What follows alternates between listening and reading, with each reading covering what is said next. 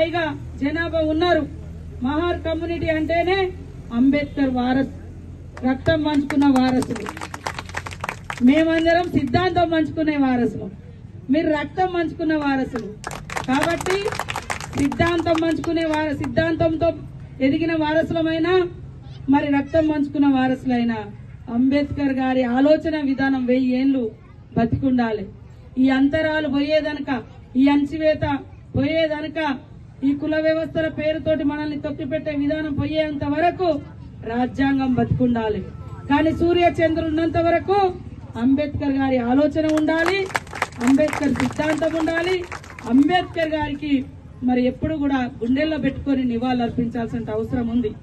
కాబట్టి నాకు ఇక్కడికి వచ్చినాకనే వాస్తవానికి అంతకుముందు తెలియదు మహార్ కమ్యూనిటీ ఇక్కడ ఈ మన తెలంగాణ రాష్ట్రంలో ఇంత పెద్ద ఎత్తున ఉన్నారని.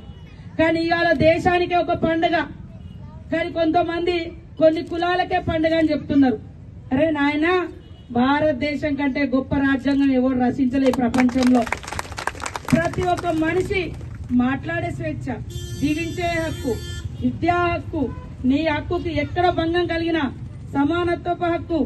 మరి కోర్టు ముందర కూడా ఉన్నాడు లేనోడనే కాకుండా అందరికీ ఒకే సూత్రం ఉండే విధంగా, పేదోళ్లకు 10 రాయితీలు ఇచ్చి 10 రకాల ధరలు తగ్గించి సబ్సిడీ ఇచ్చి ఉన్నతులతో సమానంగా డెవలప్ చేయాలి అనేటువంటి ఉద్దేశంతో రాజకీయాలలో విద్యలలో రిజర్వేషన్ ఇచ్చింది తప్ప ఏదో ఎవరినో దోచిపెట్టడానికి కాదు.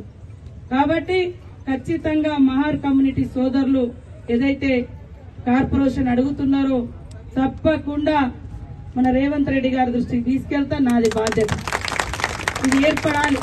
ఎందుకంటే వాస్తవానికి అంబేద్కర్